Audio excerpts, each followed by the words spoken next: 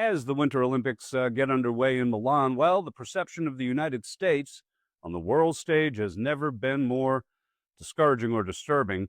For example, our featured video today comes from a prominent Sky News reporter in the UK who offers some very personal thoughts and observations about the last 36 hours regarding Donald Trump and his unapologetic racism.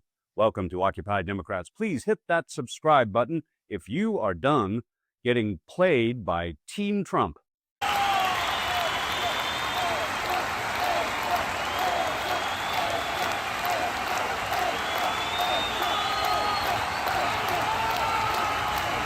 Okay, in our featured clip of the day, we take you to Sky News in England for one of the most really direct and disturbing commentaries you're going to hear regarding the openly racist post generated by this world leader.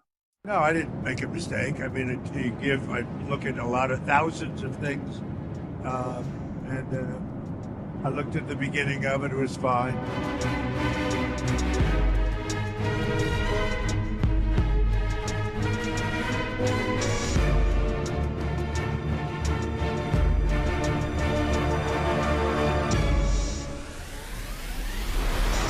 You know, Trump's capacity for horrific behavior, well, it just seems infinite. And indeed, it makes each and every decent American, the ones who don't fall in lockstep behind his global march of hatred and cruelty, well, somehow we have to explain how the hell we got here to the rest of the world. Now, before we show you our featured clip of the day from the UK, I'm going to globe trot over to Milan and see how the proud representatives of the U.S. Olympic team are carrying their orange burden on the world stage. Just because I'm wearing the flag doesn't mean I represent everything that's going on in the U.S. It brings up mixed emotions to represent the U.S. right now, I think. It's a little hard. There's obviously a lot going on that I'm not the biggest fan of, and I think a lot of people aren't. I feel heartbroken about what's happened in the United States when, I'm pretty sure you're referencing ICE and some of the protests and things like that. I think that as a country, we need to focus on respecting everybody's rights. Yeah, it's been a hard time for the community overall under this administration. It isn't the first time that we've had to come together as a community and try and fight for our human rights. And now, especially, it's not just affecting the queer community, but many other communities. And I think that we are able to support each other in a way that we didn't have to before, and because of that, it's made us a lot stronger. I hope I can use my platform and my voice throughout these games to try and encourage people to stay strong in these hard times. I know that a lot of people say, you're just an athlete, like stick to your job, shut up about politics, but politics affect us all. It is something that I will not just be quiet about because it is something that affects us in our everyday lives. So, of course, there are things that I disagree with, but as a community, we are strong and we support each other, and brighter days are ahead of us. Okay, let's go right to Sky News recently over in the UK for our clip of the day. It comes from commentator Kamali Melbourne and is one of the most straightforward and sincere articulations from a point of view outside looking in, which should be a perspective anyone who actually cares about this country will truly appreciate. So here we go. It's our clip of the day from the UK. Now, when I first saw that image come across my social media, I thought it must be fake. I know the president and those around him have said and done some despicably racist things in the past, but this?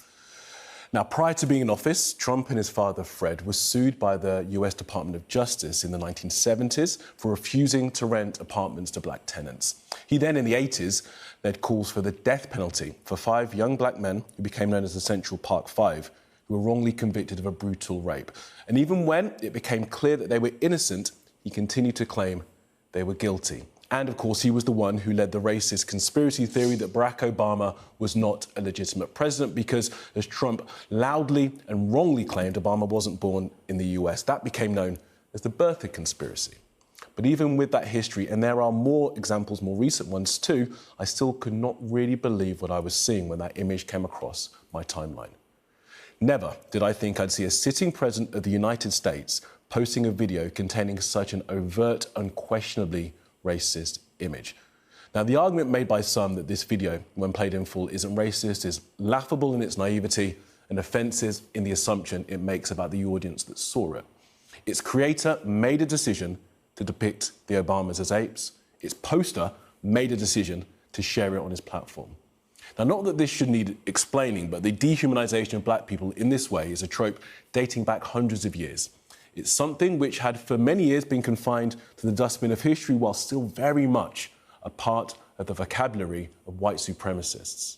But something's changed. Maybe it's social media, maybe it's something else, but something has changed. We're in a new reality where, for more than 12 hours, Trump's White House thought this was okay. Now, as I was preparing for today, my 5-year-old son was running around the house playing. Each time he passed my screen and that image was up, I had to move my laptop. I didn't want him to see it, to have to explain that, to have that conversation. But have that conversation, I will, as my mother had with me. There's been an increase in racist language and behaviour online where it's found an audience and metastasised. Now, it's hard to quantify how much it's increased as social sites are many and disparate, but in the US, a study in the Journal of Epidemiology found in an analysis of some 55 million tweets between 2011 and 2021, a 16% increase in racist language. The New York Times report anti-Semitic and anti-Muslim hate speech jumped by 919% and 422% respectively in the aftermath of the Hamas attacks on the 7th of October and the Israeli response. And a study from Goldsmith University here in the UK found 95% of minority groups see racist content online. 16% see it every day, and 42% of those asked say it was damaging to their mental health. So this sort of thing matters. Now, this will not be the last time something like this happens. The White House has taken it down, blaming a junior staffer, which is odd as we're told that Trump does lots of his own posting, and it went up at around midnight, but at least it's not up there anymore. But the damage has been done. Whatever mask there may have been has slipped.